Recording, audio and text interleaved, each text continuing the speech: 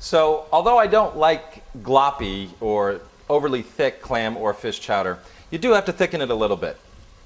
And what we're going to use is just regular old all-purpose flour. I wouldn't use whole wheat flour, bleached, unbleached. I prefer unbleached, but it really doesn't make that much of a difference. So what we're going to do is just sprinkle this in to the onions, and what we're trying to do is to make that bacon fat and this flour cook.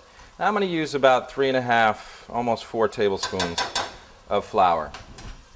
And now what we're going to do is simply to just cook it. And I may turn the heat down a little bit. The one thing about flour is that if you don't cook it, it tends to have a real pasty feel to it. So it's very important to cook it. And if you were using butter and you were making a roux, you'd want it to smell a bit like shortbread cookies. And that's how you know when the flour is done. But in this case, because we've got that bacon fat in there, we're really just going to cook it 2 or 3 minutes. And keep stirring it because I don't want to burn it at all or have it take any color, because I've gotten a little bit of color from our bacon to begin with, and I like my chowder to be as white as it can be. But we're really just going to cook the flour a little bit to take away some of that pastiness.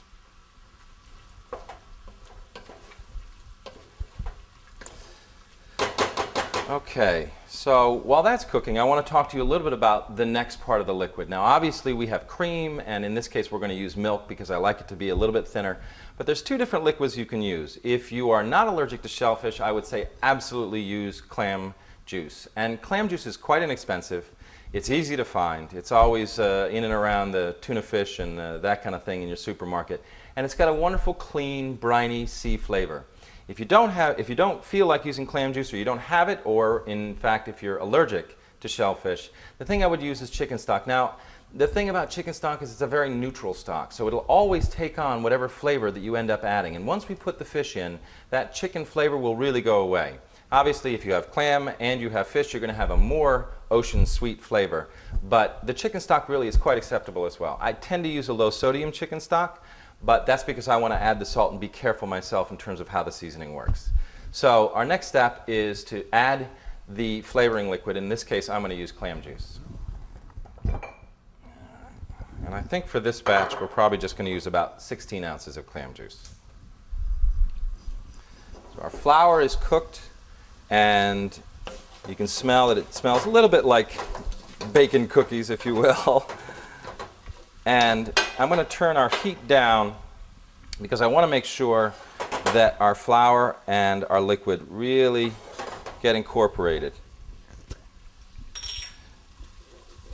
And I want it nice and smooth, no lumps. We've got 8 ounces in, and I'm going to add the second bottle and just make sure that it's nice and smooth. And you can see that the flour and the liquid have come together, so it's no lumps. And that really just takes a little bit of stirring.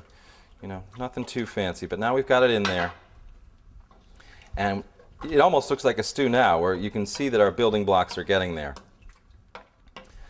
And we're going to wait for that to come up to just a small simmer, and then we're going to go to the next step.